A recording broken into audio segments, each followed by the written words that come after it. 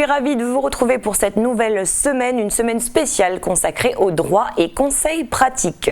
Au sommaire de votre émission aujourd'hui, avec Jamie dans ses sports, nous parlerons de Farid, un pilote de drift pas comme les autres. Puis avec Marie-Hélène dans Job et Éducation, nous aborderons un dispositif mis en place par la MIJ. Il s'agit d'un dispositif d'insertion par le travail. Puis avec Falaï dans Ses citoyens, on parlera du transport scolaire en province Nord. Et pour finir avec Anna, on s'occupe de vous, on s'intéresse au logement aujourd'hui. Mais avant, place à l'invité du jour.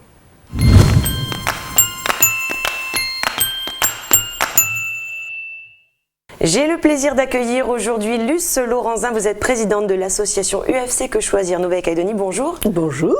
Alors, dans le cadre de cette semaine spéciale droit et conseils pratiques, j'ai bien sûr pensé à vous, puisque quoi de mieux pour rappeler justement que les consommateurs ont des droits aussi.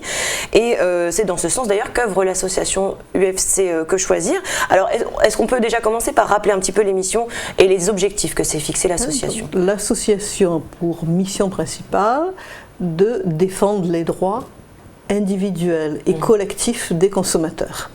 Donc c'est une mission qui existe en France déjà depuis une soixantaine d'années, puisque la fédération UFC Que Choisir a été la première association européenne de consommateurs.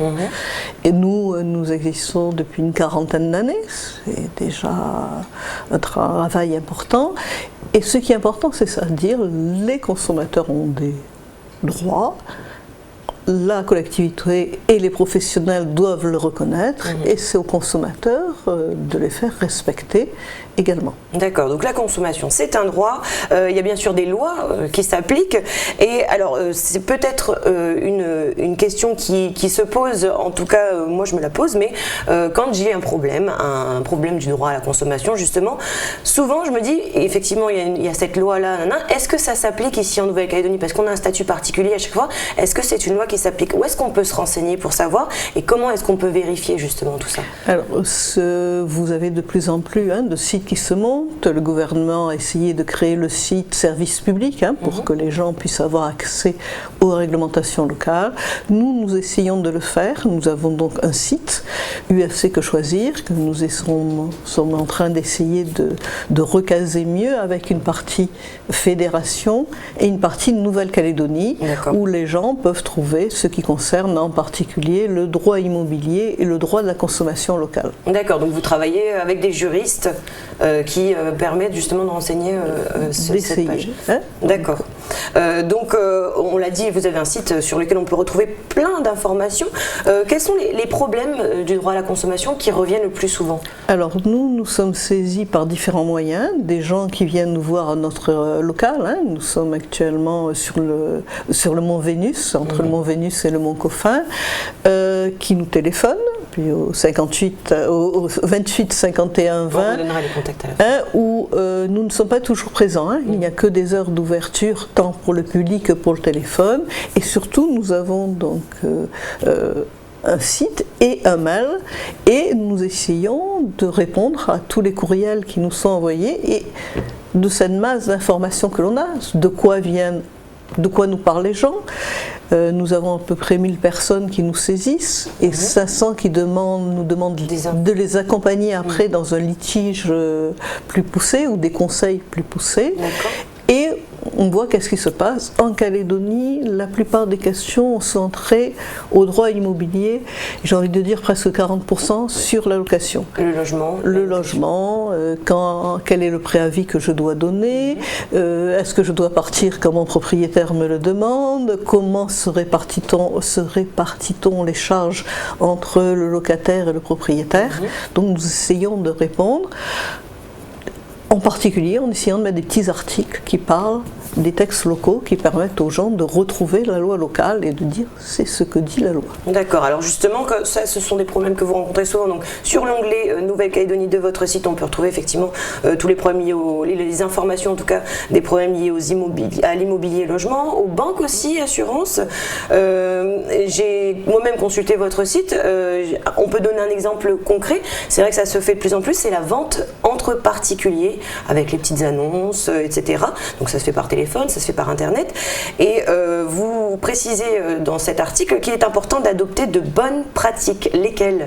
Il faut que la personne qui mette un objet en vente le présente bien, mais le mette correctement. Ce n'est pas la peine de dire que l'appareil est neuf s'il a 3 ans d'utilisation. Il y a des gens de toute façon qui sont intéressés pour acheter un appareil moins cher de dépannage.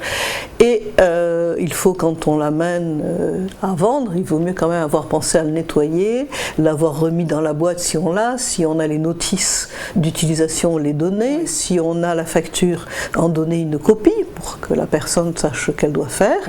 Et quand on s'engage quelqu'un de faire un reçu, bien reçu de vous la somme de pour tel achat. C'est vrai qu'on n'y pense pas souvent parce que comme je le disais, c'est de la vente entre particuliers, donc les gens ne sont pas commerçants.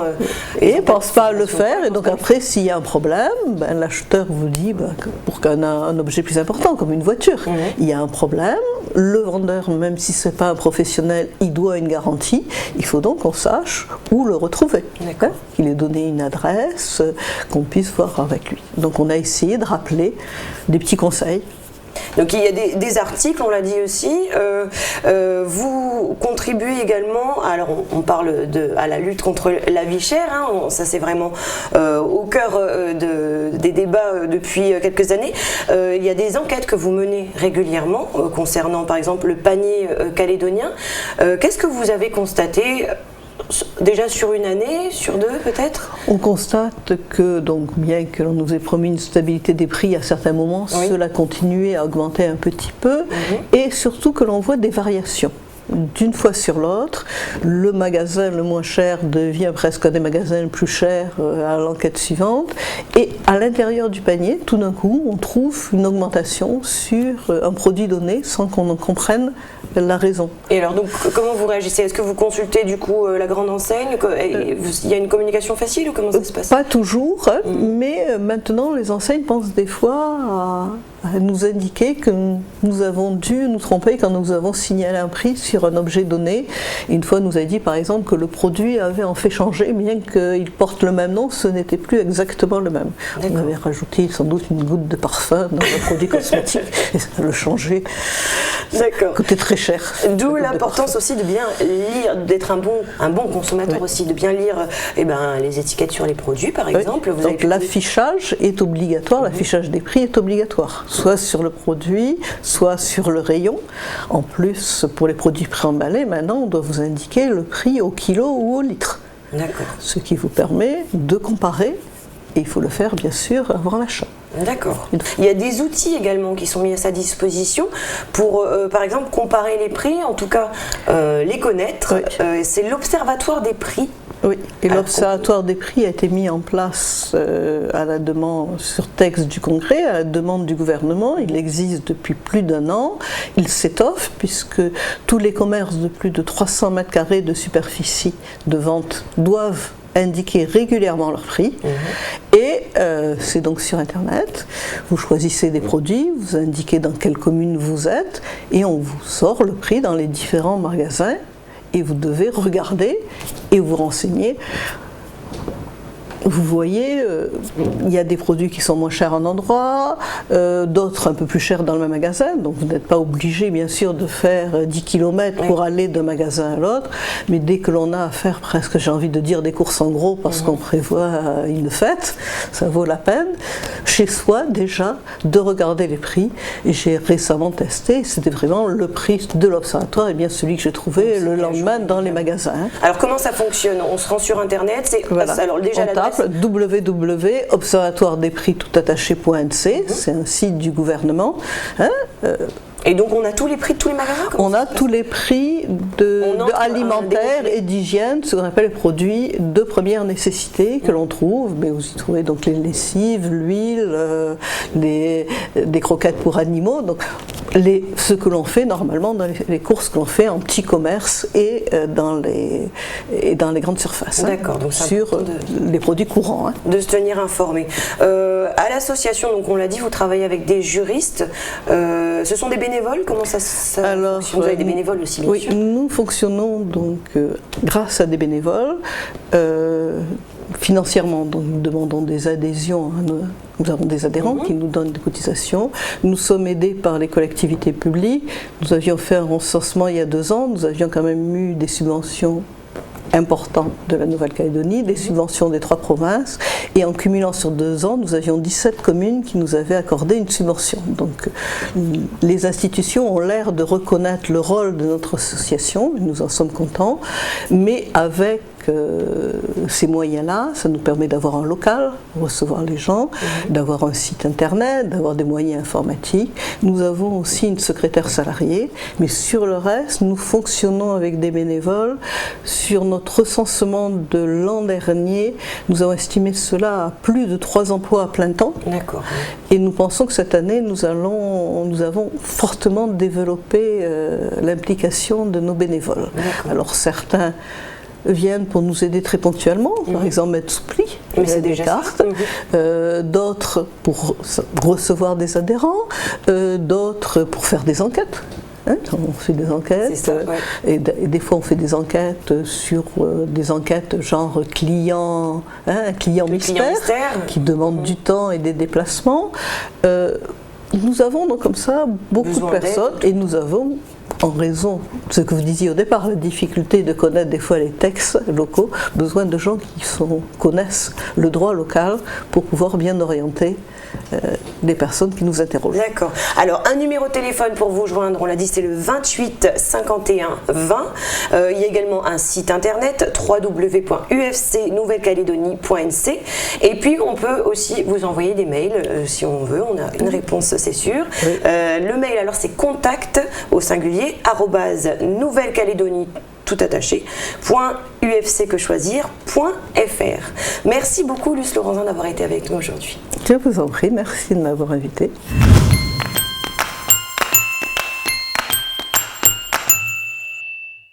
Bonjour Jamie, alors aujourd'hui il sera question de drift et notamment d'un pilote pas comme les autres. C'est ça, bonjour Chloé, bonjour à tous. Alors il s'appelle Farid, il a 29 ans et il est passionné de sport mécanique et notamment de drift. Farid Didaoui, sa particularité, il est le seul pilote en situation de handicap paraplégique. C'est l'unique pilote handicapé à être inscrit sur les listes de la Fédération française de sport mécanique. Alors avec sa licence de pilote, il est autorisé en effet à participer à des compétitions nationales, voire même internationales. C'est une grande première dans le monde du sport mécanique. D'accord. Et il participe aux compétitions? Alors pas encore, mai 2016 sera synonyme pour lui de compétition. Jusqu'à présent, il ne faisait que des démonstrations.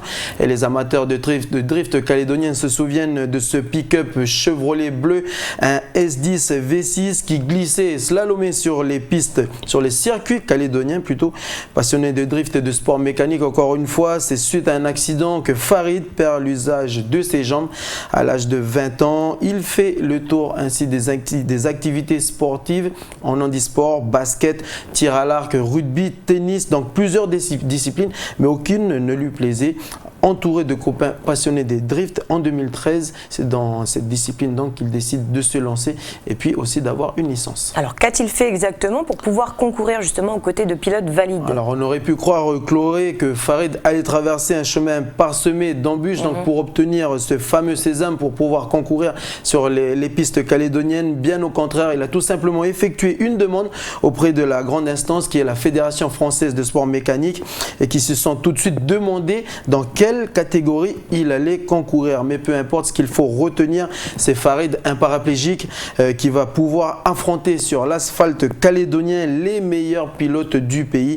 Une grande première, encore une fois, je le répète, dans l'histoire du drift en Nouvelle-Calédonie, mais également en métropole. D'accord, donc ça c'était avec son Chevrolet S10. Voilà, nouvelle saison, donc il repart, Farid, avec de nouveaux projets et notamment une nouvelle voiture que je vous propose de découvrir tout de suite dans ce reportage.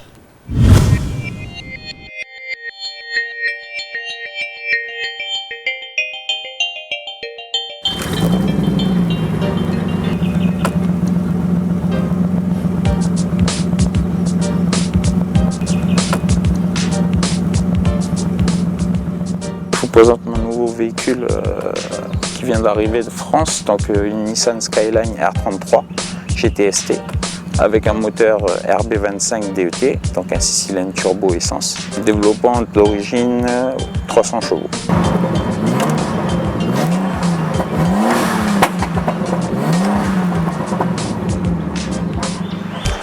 Faire du drift, ça a été difficile, oui, dans la mesure où déjà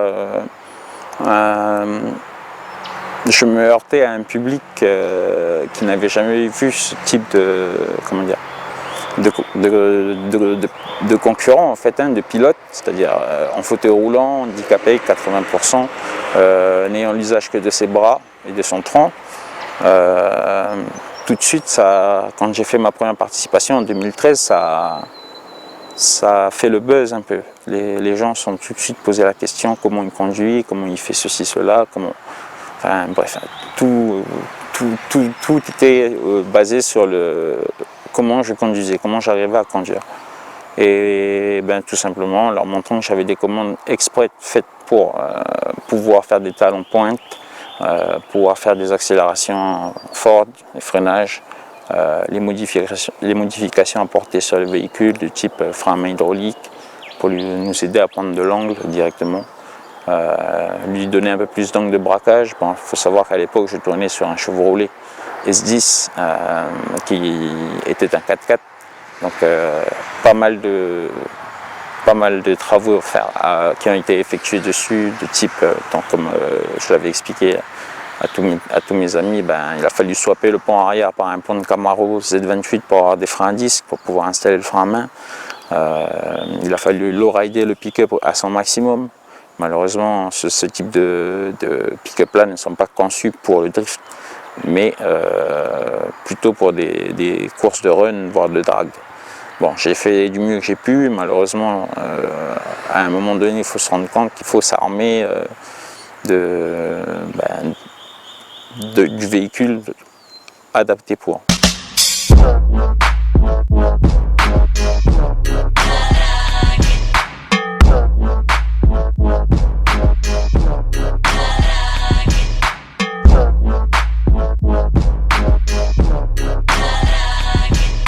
Pour le drift, j'étais parti sur une BM. Je voulais prendre une BM parce que c'était beaucoup plus facile d'accessibilité, c'était beaucoup plus au niveau tarif. En France, les BM elles s'en vendent vraiment pour pas cher, mais je ne trouvais pas vraiment le modèle que je souhaitais avoir. Donc ensuite, j'ai continué mes recherches et là j'ai eu le coup de cœur lorsque je suis tombé sur la publicité de vente de ce véhicule. Et c'est là que j'ai décidé de craquer pour cette voiture et puis de faire ce qu'il fallait, c'est-à-dire économiser l'argent et surtout gagner la confiance du vendeur.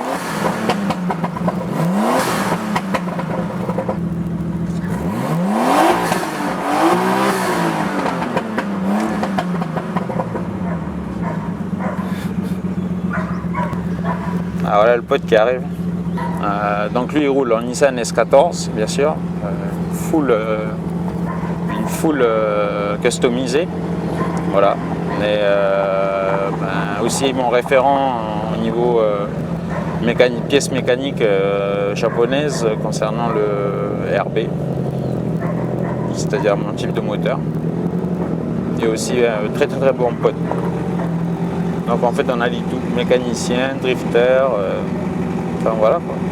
Le bureau de la FFSA, lorsqu'ils ont reçu ma demande d'adhésion en tant que pilote, ils se sont grattés la tête en se demandant dans quelle catégorie ils allaient me mettre.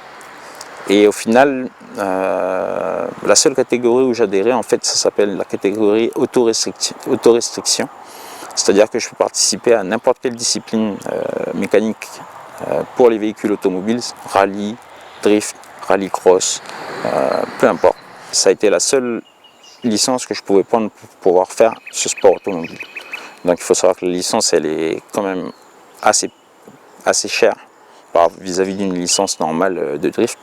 Donc en fait là, c'est là où je remercie quand même l'association de drift, la ZARS, le CRSA.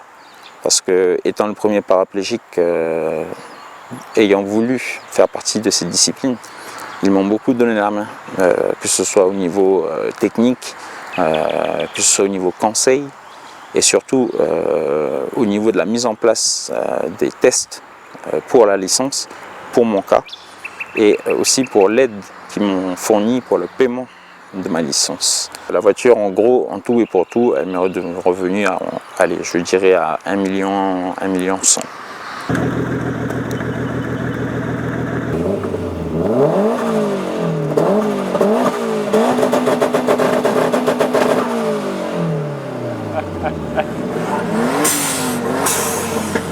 Je voulais faire quelque chose qu'aucun handicapé n'a osé faire encore. Et surtout, casser les préjugés des gens. Ça, c'est vraiment quelque chose qui me tient à cœur. Et de prouver à certaines personnes en fauteuil roulant que malgré ton handicap, tu as toujours une possibilité, une alternative pour t'amuser. Et adorant la conduite, adorant les sports mécaniques, adorant bien sûr le drift,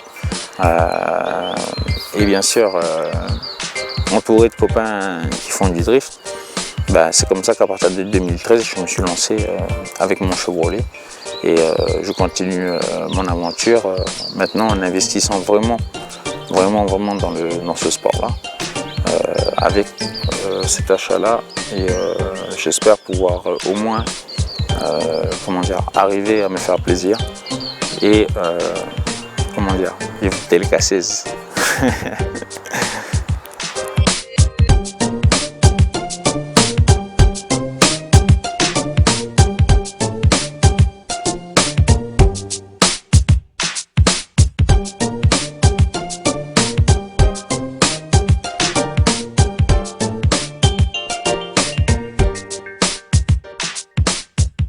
Voilà, alors quelles sont les qualités requises pour être un bon pilote? Alors je pense, Chloé, qu'elles sont communes à celles que doivent posséder tous les pilotes dans toutes les disciplines de sport mécanique. On commence par maîtriser la dynamique du véhicule, avoir de bons récepteurs sensitifs, savoir anticiper, avoir une bonne vision périphérique, rester concentré jusqu'à la dernière minute bien évidemment, savoir régler une voiture de course, gérer son stress, sa préparation mentale et physique. Et là je pense avoir fait le tour des qualités recommandées. Et puis c'est symbolique tout de même, hein, l'engagement de Farid. Voilà, c'est ça, Chloé, l'information qu'il faut retenir. Il montre que le droit au sport est un droit inaliénable. Farid montre ainsi la voie, l'exemple pour ceux qui souhaitent participer, pratiquer une activité sportive tout en surpassant ses limites. Et j'ai envie de dire qu'aujourd'hui, c'est Farid qui montre le chemin. Hier, c'était Thierry Wachetine ou encore Pierre Fairbank. Et puis demain, peut-être que ce seront ces jeunes encore bloqués justement par les préjugés de la société, Chloé. On espère. Merci beaucoup, Jamie. Merci, Chloé, et merci à tous.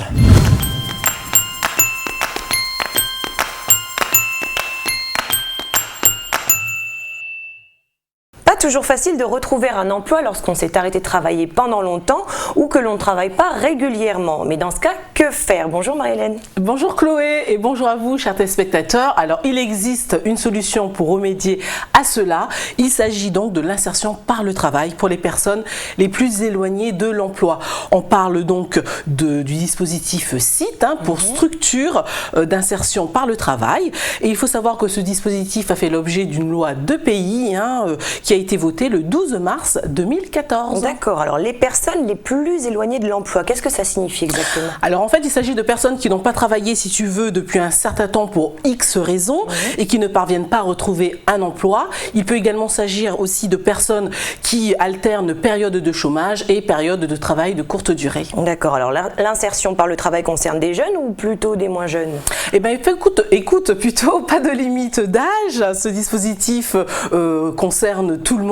Il faut avoir au moins 16 ans et prouver que l'on recherche activement un travail et que l'on est motivé. Donc en ce moment, il y a donc une session qui est en cours. Le plus jeune a donc 17 ans et le plus âgé a 45 ans.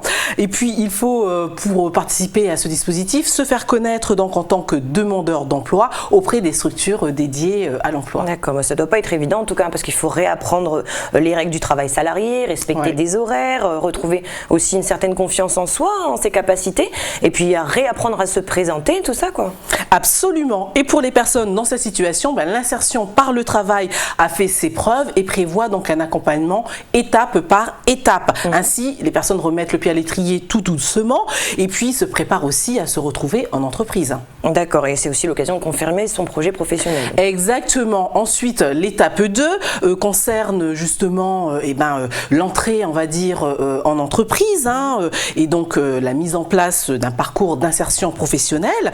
On a rencontré un stagiaire qui était durant cette étape-là donc du côté de Koné et donc Océane Zobler l'a rencontré pour nous, pour vous chers téléspectateurs, on regarde.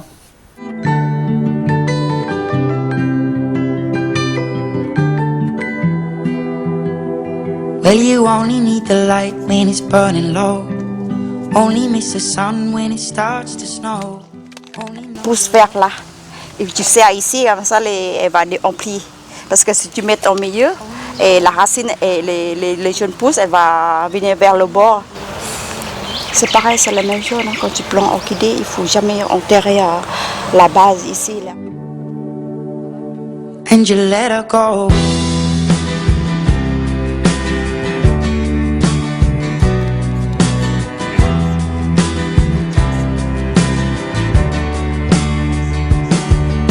Staring at the bottom of your glass, hoping one day you'll make a dream last. But dreams come slow and they go so fast. Ce dispositif a pour finalité en fait de permettre à des personnes très éloignées de l'emploi justement de bénéficier d'un contrat de travail ayant pour objectif, on va dire, de leur faciliter l'accès à l'emploi. Elles ont d'ailleurs un statut de salarié. J'ai fait les démarches depuis le mois de septembre. Et puis, au mois d'octobre, ils m'ont appelé. Ça allait vite. À l'AMI, je propose des formations. J'ai trouvé ça intéressant parce que je cherchais du travail. Pour le dispositif expérimental donc de 2015, nous avons fini donc le recrutement des 57 parcours. On a pu cibler pendant les recrutements des personnes très éloignées de l'emploi qui n'ont généralement donc pas travaillé depuis plus d'1 an, qui ont accumulé des freins. Et qui rencontrent de grandes difficultés d'insertion. Je suis en train de faire du bouturage. C'est des sortes de crevettes. Puis après je le coupe parce que les racines ils vont sortir des nœuds. Puis les feuilles aussi, je le coupe à moitié. C'est pour garder l'eau.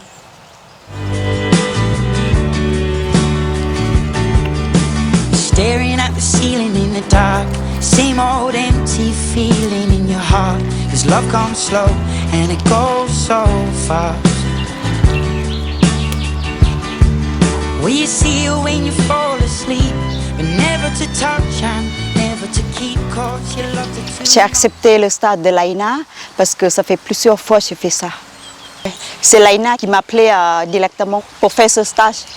J'ai choisi l'horticulture déjà parce que j'aime bien les fleurs. Et puis c'est pour savoir aussi comment planter différentes variétés de fleurs. Ici il y a des orchidées, des frangipalmiers, des épines du Christ, des anthuriums. J'en avais jamais fait de l'horticulture mais je voulais apprendre c'est quoi le métier de pépiniériste. Je fais ce stage sur Koné parce que j'habite dans le coin. Il est important justement qu'on puisse en faire bénéficier donc, les personnes donc, issues des différentes régions du territoire.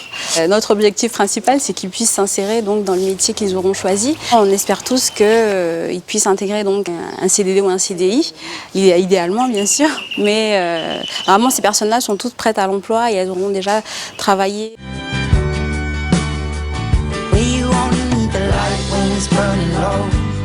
Only miss the sun when it starts to snow. Only know you love her when you let her go. Only know you've been high when you're feeling low. Only hate her. Comme ça, on prend avec la racine, c'est plus facile. Elle repousse facile. Si les feuilles sont un petit peu abîmées, on va nettoyer. Planter, c'est la petite technique. Il faut toujours enterrer la racine en milieu. Et avec ça, on tire bien les plantes. Après, on plie la terre. Il faut toujours au milieu, voilà, au milieu. Dans le substrat, du coup, comme on va remettre dans l'eau, elle va pourrir, tu vois. you've been high when you're feeling low. Only hey the road. Pour l'an prochain, c'est vrai qu'on verra, donc si on a de bons résultats, on verra si donc le dispositif sera reconduit, et si le gouvernement est en mesure donc de financer les prochains dispositifs. J'ai dû faire du rempotage, des semis, du repiquage et puis l'entretien des plantes. Ça m'a apporté de nouvelles compétences et puis ça va faire que de m'enrichir. Chaque semaine, on remplit les plannings avec les tâches les plus importantes à faire et on étale ces tâches la journée. Aujourd'hui, on va faire des semis, des bouturages, on va préparer les substrats pour les bromeliaceae. Tu vais devoir noter Laïna à la fin. Laïna, elle travaille 6 heures par jour. Je trouve qu'elle apprend vite et elle est sérieuse. Ça fait donc quelques semaines que ça a commencé et on les sent vraiment motivés, plein de bonne volonté et c'est vraiment très agréable. Ils sont très ponctuels, très assidus, ils arrivent là avant l'heure. J'ai beaucoup aimé ce stage, j'ai appris beaucoup. Je les encourage beaucoup donc de maintenir cette motivation et cette volonté, donc cette bonne volonté jusqu'au bout, cet enthousiasme. Le site est vraiment un tremplin pour eux. J'encourage les jeunes à venir vers la Mige pour découvrir ce dispositif. Vraiment qu'ils saisissent cette opportunité pour pouvoir réussir et qu'ils mettent donc toutes les chances de leur côté. Only miss the sun when it starts to snow. Only know you love her when you let her go. Voilà, alors ce qui est intéressant avec ce dispositif, c'est que les stagiaires bénéficient d'une vraie expérience professionnelle. Oui, exactement. Et puis ce dispositif qui dure qu'un an permet aux stagiaires d'avoir un contrat donc d'insertion par le travail et puis les rémunérer. Et ensuite, donc la troisième étape, qu'est-ce que c'est? Oui, merci de me le rappeler, j'allais oublier. La phase 3 donc de pré-emploi met à disposition le stagiaire auprès des entreprises. Alors comment faire pour devenir une structure d'insertion par le travail? Alors il faut que l'entreprise se rapproche donc de la mission locale d'insertion des jeunes en province Nord. Il faut savoir qu'elle bénéficiera aussi d'avantages fiscaux puisqu'elle est exonérée des charges patronales. Et est-ce qu'on a un peu de recul par rapport à ce dispositif pour savoir justement si tout fonctionne comme c'était prévu? Alors selon les personnes qui mettent en œuvre ce dispositif, il se trouve que le taux d'échec est très très faible. Donc c'est encourageant. Merci beaucoup Marie-Hélène. Avec plaisir Chloé. Au revoir.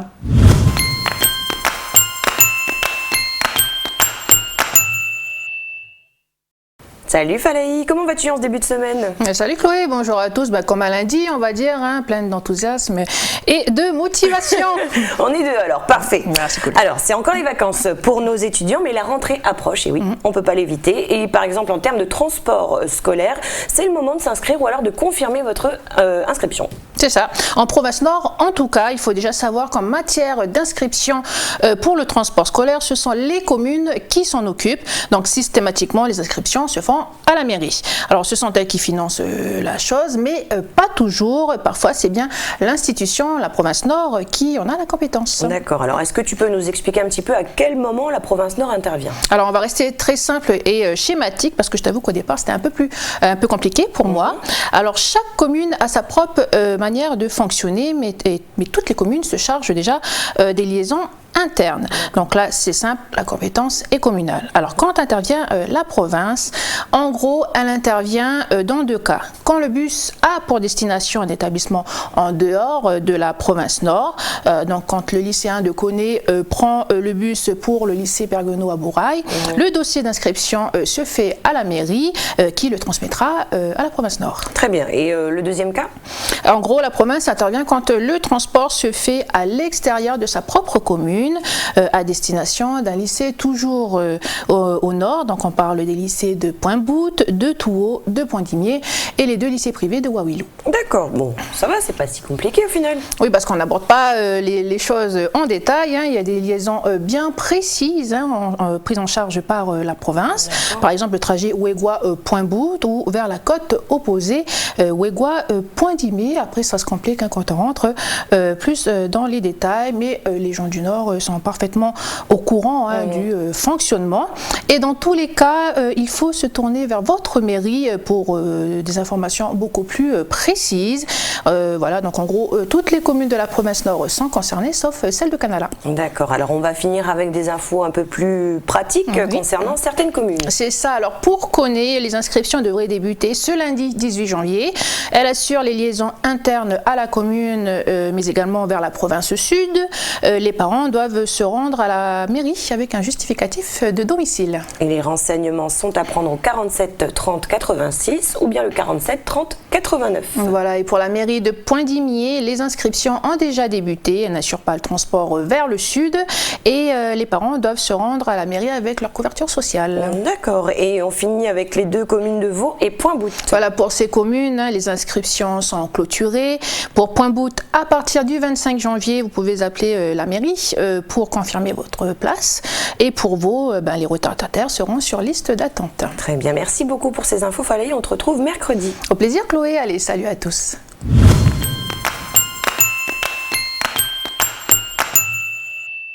Bonjour Anna, alors aujourd'hui dans ta rubrique nous parlons habitat social. Se loger reste quand même l'une des principales préoccupations de tous les individus partout dans le monde.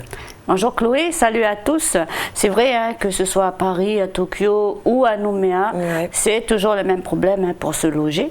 Et du coup, chacun s'organise comme il peut. Par exemple, avec le système de colocation, ça se répand de plus en plus. C'est pratique, ça permet de réduire à la fois le prix du loyer et puis aussi des autres dépenses, des charges. Et il y a aussi, on va dire, heureusement qu'il y a des moyens qui sont mis en place aussi pour aider à accéder à la propriété. Il y a des aides à la construction aussi, et puis aussi des aides au logement pour les petits revenus. L'association Renouveau Théassoa qui existe dans le Nord, donc elle œuvre dans ce sens pour aider les petits revenus. Il y a aussi le FSH, le Fonds social de l'habitat, et la SIC aussi qu'on n'oublie pas. Alors pour en revenir à l'association Théassoa, donc elle a été créée en avril 1983 et c'était une initiative d'un groupe d'élus des communes de la côte Est, donc de Wailou jusqu'à Pueblo, et c'était avec l'appui de l'État et du gouvernement de l'époque qui était présidé en ce temps-là par Jean-Marie Tchibaou. Voilà, donc ça fait quand même longtemps que ça existe. Alors dis-nous tout, que fait-elle au juste cette association ? Alors au départ, il y a deux objectifs principaux. Alors, pallier à l'absence de politique territoriale d'aide à l'habitat social dans le Nord, et puis aussi on va dire, pour lutter contre la dégradation des conditions de vie des populations rurales. Voilà un peu les deux principaux objectifs. D'accord, et donc comment intervient Théassoa auprès des populations ?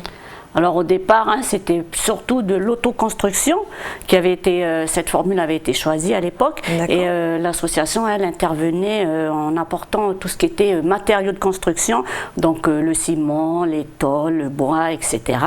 Et puis on respectait un peu, on va dire, l'organisation des constructions, l'organisation des maisons océaniennes, on va dire, mélanésiennes en particulier, puisque on distinguait bien l'emplacement, par exemple le coin du feu à un endroit, les sanitaires à un autre, etc. Et puis ils intervenaient aussi en apportant une aide des conseils techniques. D'accord, et donc aujourd'hui Théassoa existe toujours ? Oui, Chloé, ça existe toujours, et puis on va dire, il y a une évolution évidemment, ça a beaucoup évolué. Il y a d'autres programmes maintenant en plus de l'autoconstruction, qui était le plus ancien. Et depuis 1994, il y a un partenariat avec le FSH qui a été mis en place, et puis les banques aussi, pour aider justement à l'accession à la propriété. Et puis il y a ce qu'on appelle le programme HPN, qu'on connaît tous sous le nom du plan Jorédier, qu'on voit partout. Et puis il y a aussi une aide à l'adaptation du logement et à l'amélioration des conditions de vie des personnes âgées et handicapées. Donc c'est pour réaménager, par exemple, en mettant une rampe d'accès, par exemple. Et puis depuis 2009, la mission a été élargie pour la réalisation d'un programme d'assainissement individuel en faveur des foyers les plus défavorisés de la province Nord. Et tout ça dans un but d'améliorer les conditions de vie et surtout l'hygiène de vie des familles. Pour en savoir plus sur tout ce qui se fait en matière de construction et d'aide l'aide au logement. Aurélie Chéron s'est rendue sur place, elle a rencontré un des techniciens de l'association TSOA. Donc il nous emmène sur le terrain et il nous donne plus de précisions. Si tu veux bien, on regarde. TSOA est une association intercommunale. Nous avons été créés le 14 juin 1983 à l'initiative de 6 communes de la côte Est, à savoir Wailou, Poindimié, Ponériouin, Touo, Yengen et Puebo. Sous l'égide du conseil du gouvernement que présidait Jean-Marie Tjibaou. À l'époque, il n'y avait pas de politique en matière d'habitat pour les plus démunis. C'est ce besoin qui a fait que TSOA est né. Nous avons 4 agences. Le siège social se trouve à Touo depuis 30 ans. La direction se trouve sur Koné depuis à peu près 25-27 ans. Nous avons une agence sur Koumak et également une agence sur Wailou, ce qui nous permet de sillonner toute la province nord sans pour autant laisser une commune de côté. TSOA, donc en langue Paichi, se dit Teanchoa, qui veut dire renouveau. Au niveau des critères d'admissibilité, il faut résider au moins 8 mois par an en province nord, disposer, être propriétaire du foncier et l'aide provinciale concerne que la résidence principale et avoir des revenus compris entre 0 et 330 000 francs. Nous avons au total 4 programmes d'habitat. Les 4 premiers programmes, donc le premier c'est l'autoconstruction, plus couramment appelé ASTH. Le second c'est le programme Action sociale intégrée, ou ASI. Le troisième, le programme ASA. Et le quatrième, le programme HPN, Habitat de la province Nord. Donc ces 4 programmes-là, ils sont menés en partenariat avec la direction de l'aménagement et du foncier. Le 5e et dernier programme concerne ce qu'on appelle le programme bloc sanitaire. Celui-ci est mené en partenariat avec la DAS-PS. Concernant le premier programme, ou celui que l'on appelle la STH, donc les revenus sont compris entre 0 et 330 000. Il peut concerner aussi bien des travaux de finition, d'agrandissement, logement neuf ou rénovation. Ensuite, nous avons le programme ASI, Action sociale intégrée, qui concerne uniquement les personnes handicapées ou les personnes âgées de la province Nord, mais qui perçoivent une indemnité en tant que telle. Ensuite, nous avons le programme ASA, où là, il faut avoir des revenus compris entre 120 000 et 330 000, et il faut être employé en CDI, en contrat à durée indéterminée. Le programme HPN, Habitat de la province Nord, donc là, il y a plusieurs catégories de financement. Les revenus sont compris entre 0 et 330 000 francs pour avoir une aide de la province. Il y a une catégorie de financement que l'on dit volontaire, qui concerne les ménages qui ont des revenus entre 330 000 et 550 000, où là, il n'y a plus de subvention provinciale. Le financement de l'habitation va être du financement propre, c'est-à-dire qu'on va faire appel à un prêt d'un organisme bancaire. Le dernier programme que l'on appelle le bloc sanitaire, programme d'assainissement individuel, où ce programme-là il est mené avec la DAS-PS. Il faut avoir des revenus inférieurs au SMAD, le salaire minimum agricole. Il faut rencontrer une de nos chargées de clientèle qui, elle, assure normalement des permanences en mairie en début de chaque mois. La chargée de clientèle va s'occuper de l'accueil du client. Elle va récupérer toutes les informations concernant le ménage. Elle va déjà lui expliquer vers quel programme on pourrait l'orienter. À l'issue de cet entretien, elle va lui remettre une liste des pièces à fournir. Et avec la totalité des documents que l'on sollicite, on va procéder à une première étude. À la suite de cette première étude, on va orienter le ménage en fonction de ses revenus, de la composition familiale. On va l'orienter vers un des programmes que l'on propose. Nos constructions principalement, c'est les maisons en bois. Voilà, c'est une maison de type F3 qu'on construit TSOA en ossature bois. Le plus souvent, ce type de maison-là, c'est pour tout ce qui est dossier avec le FSH. Et le plan HPN qui est juste derrière nous, là, le plan habitat tribal, c'est semi-béton et semi-bois. De temps en temps, on fait du béton, mais c'est rare maintenant, on fait que du bois. On fait que en ossature bois. On travaille avec des constructeurs de la région, principalement des locaux. Alors, Anna, où se trouve cette association au juste ? Alors, il y a le siège social qui se situe du côté de Touo, mais ils ont aussi des antennes un peu partout, puisqu'il y en a une sur Wailou, une sur la côte ouest aussi, plutôt 2 sur la côte ouest, puisqu'il y en a une dans le nord à Koumak, et puis un autre sur Koné dans la zone industrielle, non pas la zone industrielle la zone des cassis. Je ne sais pas si c'est une zone industrielle, mais voilà, c'est les cassis. D'accord, bon, en tout cas c'est bien pratique pour la population, il y en a un petit peu partout, répartis sur les deux côtes, dans le nord. Tout à fait, et puis c'est bien parce que vu le nombre d'options qu'ils proposent, c'est un peu difficile des fois de s'y retrouver, donc voilà, tout le monde peut trouver une solution où qu'il soit. D'accord. Est-ce que tu as des numéros, des contacts téléphoniques à nous donner? Alors un seul numéro en fait, c'est bien plus pratique pour n'importe quelle antenne. C'est le 42 60 60 si vous voulez avoir plus d'infos. Ils ont aussi une adresse mail contact@tsoa.nc et puis à savoir que TSOA couvre les 17 communes de la province Nord. Très bien, merci beaucoup pour toutes ces infos Anna, à bientôt. Allez, tata, à bientôt.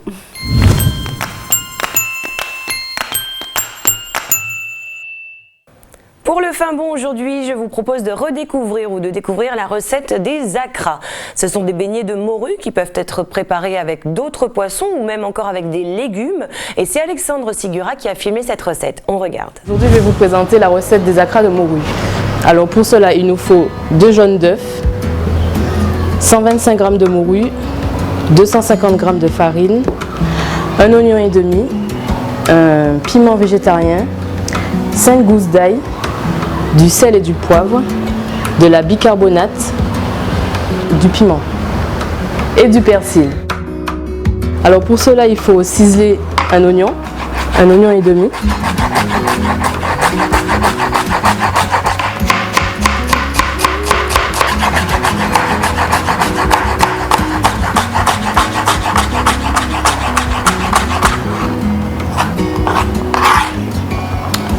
Le persil,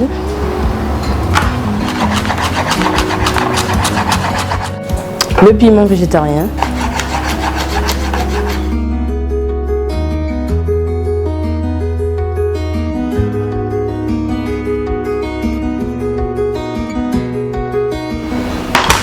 l'ail,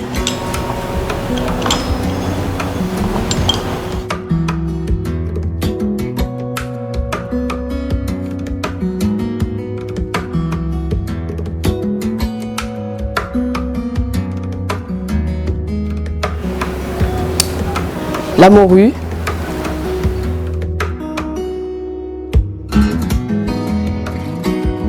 la farine,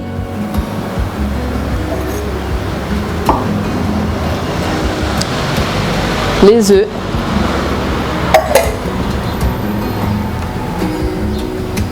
du sel et du poivre, pas trop parce que la morue est déjà un peu salée, et la bicarbonate. Une cuillère à café. Je rajoute l'eau.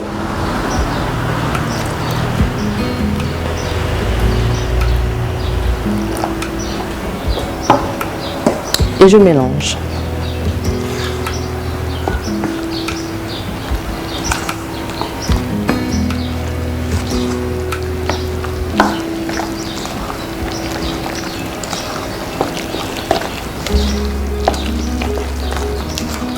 Un peu de piment pour rehausser le goût.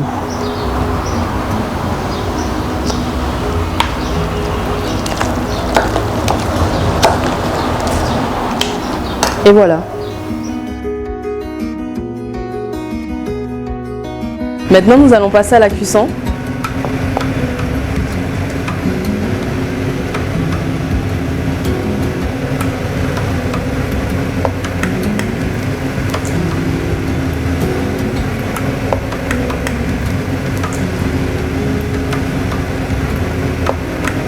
Alors on fait des petits tas pour avoir de beaux beignets.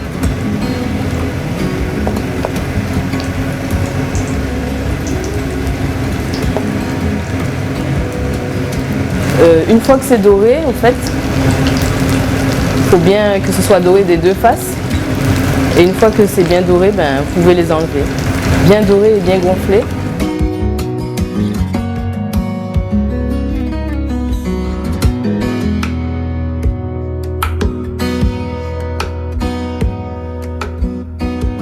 Alors il faut mettre un papier absorbant pour l'huile.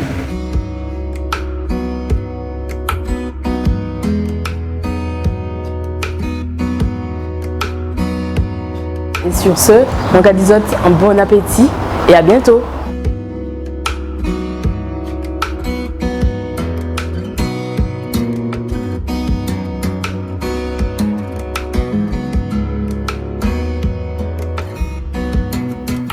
C'est ainsi que s'achève votre émission. N'oubliez pas que vous pouvez bien sûr nous revoir sur le site www.nctv.nc.